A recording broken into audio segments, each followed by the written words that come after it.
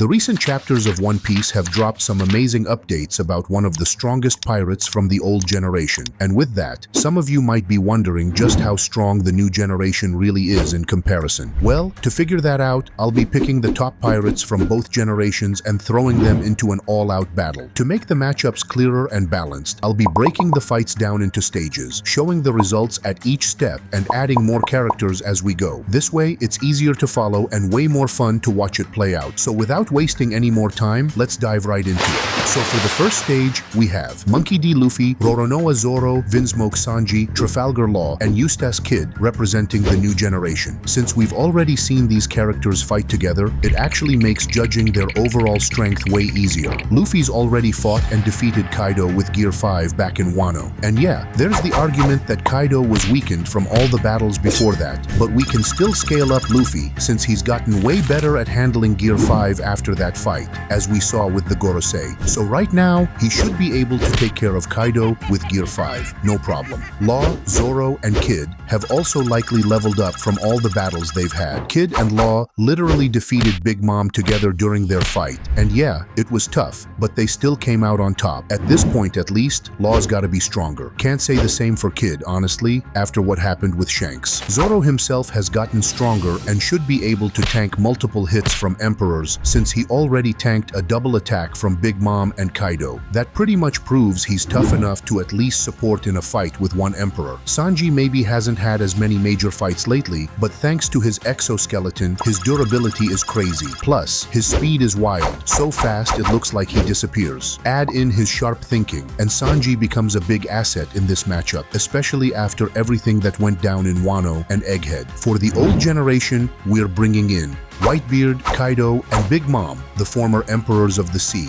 Whitebeard was an absolute mountain even back at Marineford when he was sick and weak. It's been made super clear he was a direct rival to the Pirate King, Gold D. Roger, in his prime. He's also got a devil fruit that can literally destroy the world and has shown advanced conqueror's haki. Out of the emperors, Whitebeard is just in a league of his own at his peak. Speaking of prime, Kaido and Big Mom were probably at their peak during the Wano fights. They didn't have any serious conditions or sickness, and they looked ridiculously strong in their reign, so we don't need to de-age them or anything. This is as strong as they get. Now, let's break down how the fight goes. Since Whitebeard's the strongest of the three, it makes sense for him to go head-to-head with Luffy. Kaido and Big Mom would need to take on Zoro, Sanji, Law, and Kid just to keep up. Luffy versus Whitebeard. Even with Gear 5, Luffy struggles. Prime Whitebeard was on Roger's level. His raw strength is nuts, and the Gura Gura no Mi can cause massive tsunamis and level entire islands. Luffy's biggest weak point is still his durability over a long fight. Even though he's way better at pushing through pain now, he can definitely keep going. But even then, Whitebeard's just too strong, and his stamina is insane. He can fight for days like we saw with Roger. In his prime, Whitebeard would be faster, uninjured, and able to counter Luffy's moves using his quake powers. The result? Luffy would put up an amazing fight, but he gets overwhelmed. Now in Wano, Kid and Law did manage to take down Big Mom, and with that experience, they should be able to do it again. Zoro fought both Kaido and Big Mom briefly in Wano, but didn't actually beat either. He did land a hit on Kaido, but honestly, it took everything Luffy had to finish that fight, so Zoro's wound wasn't a game changer. Even with Sanji helping, he wouldn't be able to land a big enough blow to break through Kaido's defenses. In the end, Zoro and Sanji would have to distract Kaido long enough for Kid and Law to join in, or all four would need to fight Kaido and Big Mom together. And even then, it still probably wouldn't be enough. Big Mom's got too much fodder she can throw at them, and Kaido's used to taking on huge groups at once. His area attacks would do serious damage if they land, and even if they somehow win, they'd still have to face Whitebeard, since he would beat Luffy. In their weakened states after fighting Big Mom and Kaido, they'd be easy pickings for Whitebeard and that insane stamina of his. So overall, the new gen pirates would lose this round, even with the advantage in numbers. Time to bring in reinforcements for the new gen with Blackbeard, who now has both the Gura Gura and Yami Yami no Mi, along with Crocodile after the time skip. Blackbeard's two devil fruits are insanely powerful, one that can cancel out other devil fruits and one that can literally destroy the world. Even though Blackbeard hasn't quite displayed many feats using the Gura Gura no Mi, it's safe to say that after the time skip, he's achieved significant mastery over the devil fruit. And Blackbeard was quite strong and durable even before that. He scarred Shanks took out Whitebeard with his cunning and defeated the remnants of the Whitebeard pirates, which included Whitebeard's strongest commanders. Suffice to say, he did not become an emperor without the strength to back it up.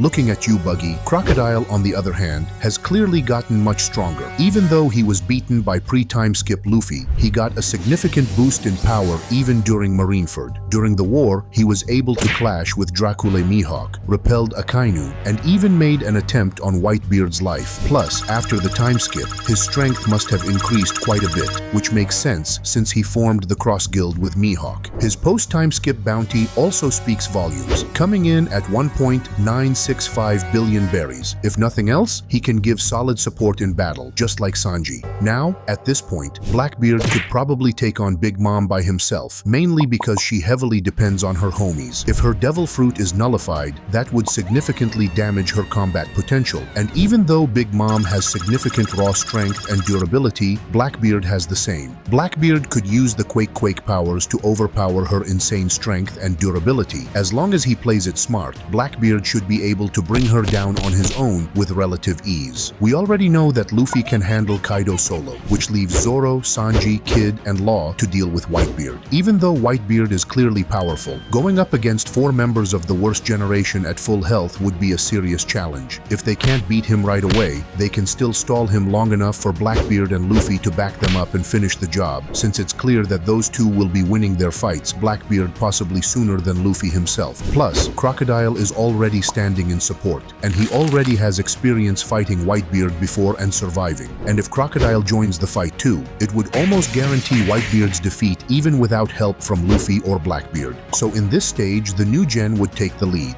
Now it's finally time for the old gen to get help of their own. That means Kozuki Oden and Shiki the Golden Lion enter the fight. Both Oden and Shiki are extremely powerful. Oden was able to injure Kaido, but that was when Kaido was still weaker than he is now. So, while Oden is definitely strong, he's probably not at the same level as an emperor. Shiki, on the other hand, is much closer to that level. The best example we have is that it took both Garp and Sengoku to stop him, and they destroyed half of Marineford doing it. Even though we don't have tons of feats for Shiki, we can safely place him at Yonko level, even though he never officially held this title. Still, he'd be just a tiny bit weaker. Shiki's float fruit gives him crazy mobility and huge telekinetic attacks, which are hard to counter. Unlike Big Mom, Shiki is a smart and strategic fighter who can launch mountains or use the skies to his advantage. Law and Crocodile would have to break off from their fight to take him on together, but Shiki would likely overwhelm them unless they get serious backup, so they'd probably have to wait until Blackbeard finishes his battle with Big Mom before they get enough help to beat Shiki. That means Zoro, Sanji, and Kid would have to keep Whitebeard busy until Luffy finishes his fight with Kaido and steps in. The bigger problem, though, is Oden. Oden used Enma and Ame no Habakiri, 2 swords that are at the level of Black Blades. If he's free to fight without being stopped, he'll be a game changer. His support alone could shift the tide of battle.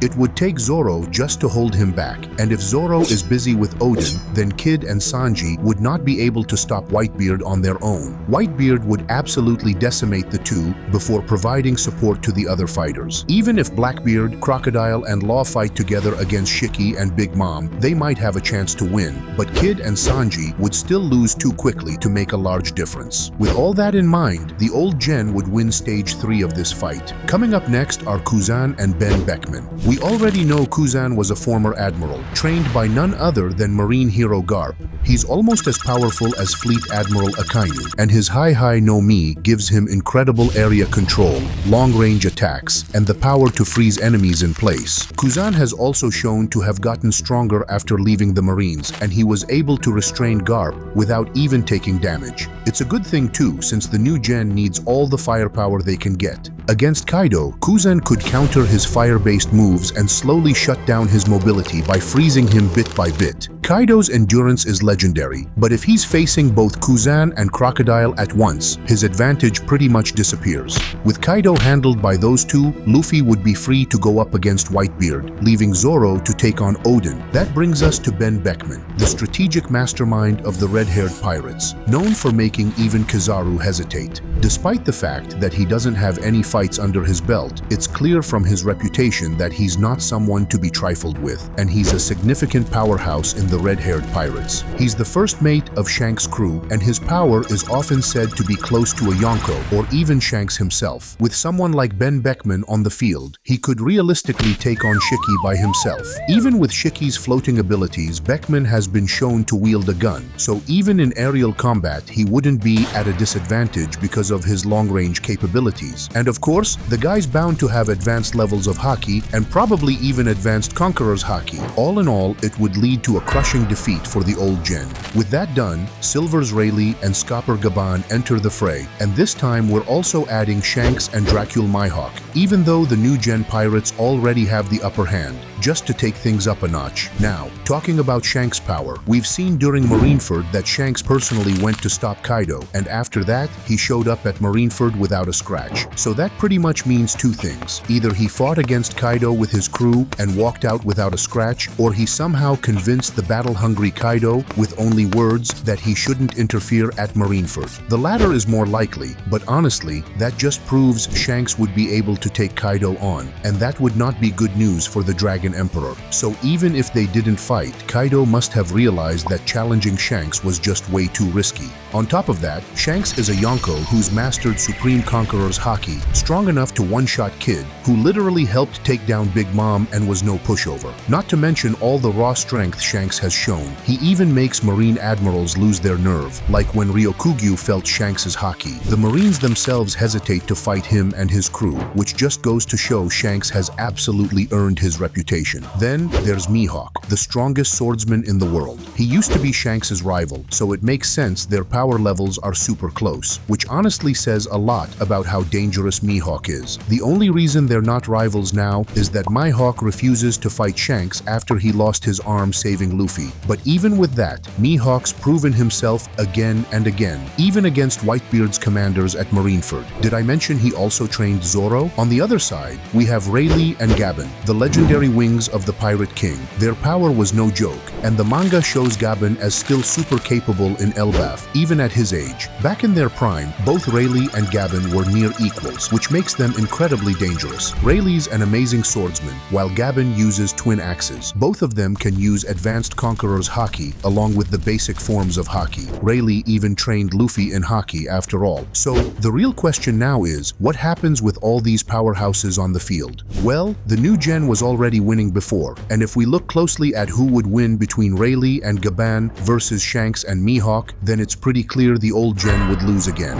The natural matchup is Rayleigh versus Mihawk, two of the greatest swordsmen of their eras. Rayleigh, in his prime, would definitely push Mihawk to his limit, but Mihawk's sword skills, sharp training, and pure precision would probably give him the edge. In the end, Mihawk takes it in a duel and is free to help elsewhere on the battlefield. Shanks, on the other hand, would probably beat Gaban without much trouble. Even though Gaban himself says he's stronger than Rayleigh, Shanks just has too much Haki and raw strength for Gaban, even at his prime. And to be fair, we don't have many Gaban feats to go off of. Even in the manga, he was taken out pretty early, even though he looked crazy strong in his old age. Still, we'll try not to be too biased and keep things fair. So, Stage 5 would be another win for the new gen. Now, climbing aboard are the two powerhouses from the old gen, Gold D. Roger and Rox D. Zebek. Roger was the former Pirate King, a title he only earned after defeating Rox himself by teaming up with the Marines. It took both Roger and Garp working together to bring him down. Roger could also fight for days against Whitebeard, whose strength is already clear with all the feats we've seen, even in his old age. So it goes without saying, he was the strongest pirate of the old generation. Well, except for the one pirate who outdid him, Rox D. Zebek. Rox was shown to have defeated an admiral even before his prime. He also clashed with Harold, another incredibly strong giant warrior. Rox was such a serious threat to the world government that they erased all records of him after his fall. No question, he was the most dangerous pirate of his time. There's also the fact that he led a pirate crew with Whitebeard, Shiki, Big Mom, and Kaido all following him. Those are literally all emperor-level pirates, and Rox was able to lead them. He was also the pirate who spread chaos in Marijoise and knew about Emu. Safe to say, Rox was the strongest pirate pirate in the old gen when he was alive. So now, let's switch up the matchups a little.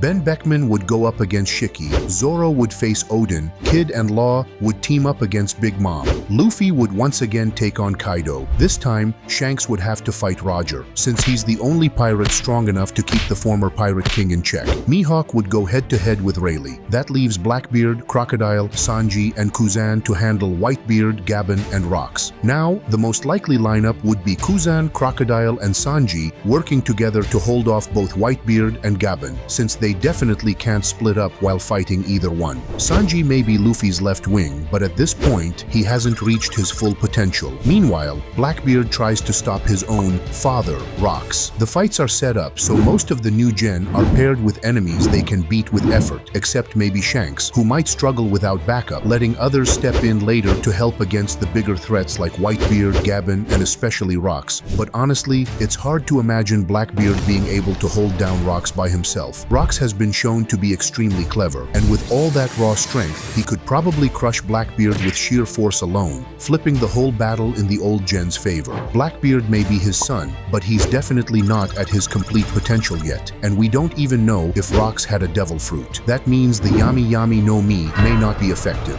Plus, Rocks could have beaten Roger if he was alone, and Roger is as strong as Whitebeard, so even the Gura Gura no Mi wouldn't be enough to turn the fight. And if Rocks ever had the Yami Yami no Mi before, well, we won't use that theory since it's not clear. To actually bring down Rocks, it would take Shanks and at least one other top-tier fighter from the new gen, someone like Mihawk, Luffy, Blackbeard, or Ben Beckman. To make things easier, let's break down who's still available in the new gen lineup based on power scaling. When it comes to the new generation, no one's currently above Yonko level, but there are several fighters right at that level. Shanks, Luffy, Mihawk, Blackbeard, and Ben Beckman. Kid and Law also deserve a spot here, though their strength at this level really only shows when they're teaming up, like against Big Mom. Just below that, close to Yonko level, you've got Kuzan, the duo of Zoro and Sanji, and Crocodile, who's made huge leaps after the time skip. As for the old generation, there's only one name that stands above Yonko level, and that's Rocks Dizabek. In fact, it took both Roger and Garp to stop him, prove he's in a league of his own. Right below him at Yonko level are some of the most iconic legends in One Piece: Roger, Whitebeard,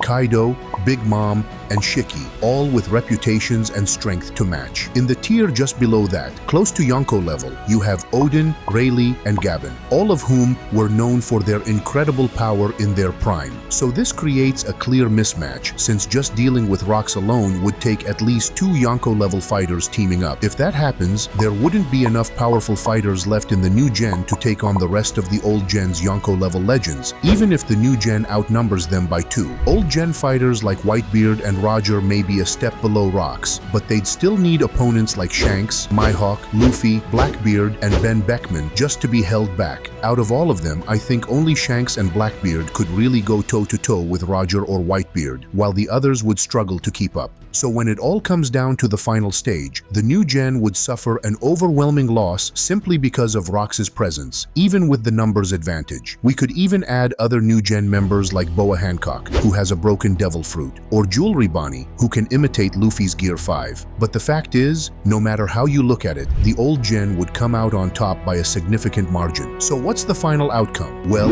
the old generation wins. The combined power of Rocks, Roger, and Whitebeard, a god-tier force and 2 Pirate King level legends, means no matter how hard the new gen fights or what tactics they try, they'd still fall short. Maybe by the end of the series, the new gen will rise above them. But for now, the old generation takes the win. Well, that's about it. This is what I think would happen if old gen and new gen pirates fought each other. But what do you think would happen? If you liked the video, make sure to like, subscribe, and click the notification bell for more videos like this one. And before you go, have you ever thought about insert previous what if video title? Check our next video to find out.